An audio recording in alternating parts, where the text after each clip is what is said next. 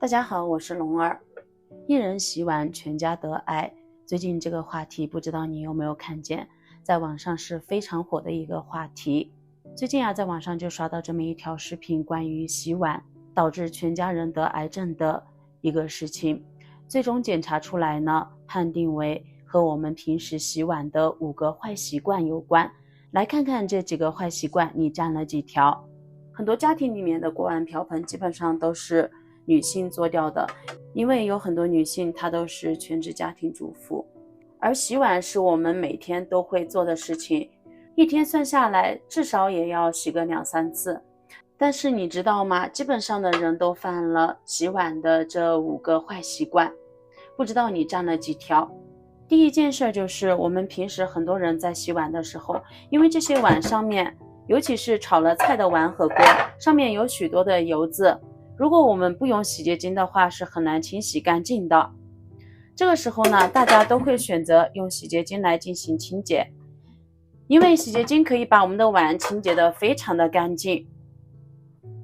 但是你知道吗？我们的洗洁精虽然可以把碗洗得非常的干净，同时呢，里面含有大量的化学成分。如果我们在洗碗的过程中没有把洗洁精彻底的冲洗干净的话，残留在碗上面，像这样的碗用了成了菜或者是成了饭之后，对我们的身体会造成非常大的伤害。所以说呢，平时我们洗碗要尽量少用洗洁精，或者是不用洗洁精，这就是洗碗的第一个坏习惯。第二个坏习惯，很多人为了把碗洗得干净，都会选择用抹布来洗碗。而抹布虽然说我们在洗碗的过程中可以让我们变得事半功倍，而且呢还可以把碗洗得非常的干净，尤其是我们碗上面的一些油渍污垢，被抹布这么一擦呀，立马就不见了。但是相信很多人生活中都有这样的习惯，抹布都用到发黑发霉，甚至是把白色的抹布用成了深灰色或者是黑色都不舍得换。想一想，那样的抹布用来洗碗都非常的膈应。更有甚者，还有一些人养成了用洗碗布来擦桌子或者是擦灶台的这些习惯。想一想，灶台上面的细菌有多多啊，还有我们餐桌上面多脏，那么用抹布来擦了桌子擦了灶台之后又来洗碗，这个碗是不是表面上看上去被洗干净了，实际上却是被我们越洗越脏了。因为我们此时的抹布非常的脏，那么抹布上面的细菌在我们洗碗的过程中就被间接的带到了碗盘上面，这样一来，表面看上去非常干净的盘子或者是碗，其实呢这个时候沾染了大量的各种细菌，反而是一个非常脏的状态。所以说呢，家里面的抹布我们也要勤换洗勤更换。有条件的朋友，我们还可以把它放到锅里面用开水去煮一煮，每一周煮上个10分钟，这样呢既可以保证抹布的干净清洁，同时还可以对它进行消毒杀菌。那么一般情况下，我们的抹布也要2个月换一次，不要用得太久，不要觉得可惜，不然的话就会因小失大了。那么除了抹布方面，很多人为了偷懒，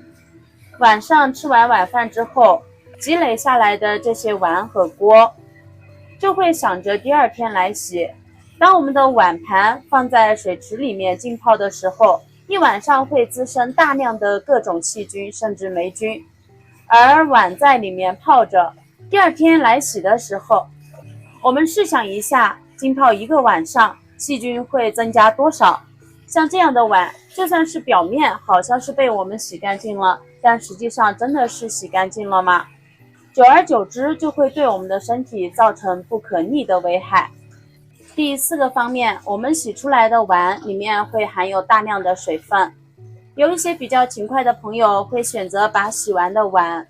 用干毛巾擦一擦。其实我们的干毛巾干净还好，如果不干净的话会越擦越脏，上面还会留下大量的毛巾上面的毛絮，那样也是不好的。最正确的做法就是家里面可以买一个消毒柜，每一次洗完的碗我们可以定时给它进行消毒，用紫外线消毒加热，这样用起来才更放心。其实我们可以看到，在洗碗的过程中，只要我们把水放到热水的状态，即便是我们的碗盘上面有大量的油渍、油垢，就算是我们不用洗洁精，也依然可以把它洗得干干净净的，不带一点点的油渍和污垢。第5个坏习惯就是筷子。很多人在清洁筷子的时候，也会选择用洗洁精这样进行搓洗。洗干净之后呢，筷子是处于一个特别水润的状态。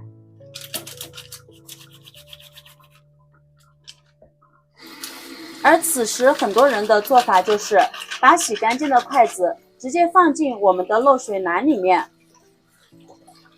那漏水功能比较好的话还好，那么筷子上面的水分很快就被沥干了。但是很多朋友都会忽略这一点，咱们的漏水篮子用久了之后，下面也会积水，只要有积水的话，里面就会滋生大量的细菌。此时如果我们把洗干净的筷子放在这种的筷篮子里面的话，那么筷子的根部也会受到感染，同时慢慢的蔓延到我们整个筷子上面。像这样的筷子用了之后，危害可想而知。除了我们的筷笼之外，像筷子它也是有使用的时间段的。很多人筷子买回家之后不舍得更换，甚至是筷子上面出现了发黑发霉的情况，也不舍得换，用水洗一洗又继续用。其实呢，我们的筷子它也是有保质期的，一般情况下筷子的使用周期是2个月，最多不超过3个月，也就是我们每一次用的筷子用够2个月之后，那么就要想着立马将它更换。不然的话，在筷子的表面会滋生大量的细菌，虽然肉眼不可见，但是伤害却永远不停止。综上所述，因此我们在平时洗锅洗碗的过程中，一定要养成良好的习惯，不要把用来擦灶台还有用来擦桌子的桌布再用来清洗我们的碗筷或者是锅。除此之外呢，筷子也要把它充分的晾干水分，而且装筷子的漏篮也要定期进行晾干晾晒。第3点，少用或者是尽量不用洗洁精。第4点，洗碗毛巾也要勤更换，筷子也要勤更换，2个月换一次。那么像洗碗的这5个坏习惯，你占了几个呢？有则改之，无则加勉。如果有的话，一定要把它改掉哦。同时也希望咱们每个人都健健康康的，千万不要等到事情发生了之后才后悔莫及。也希望今天的视频能对你有所帮助。喜欢我的视频记得点个赞哦，点击我的头像可以观看更多的视频。那么本期的视频分享就到这里了，咱们下期视频再见，拜拜。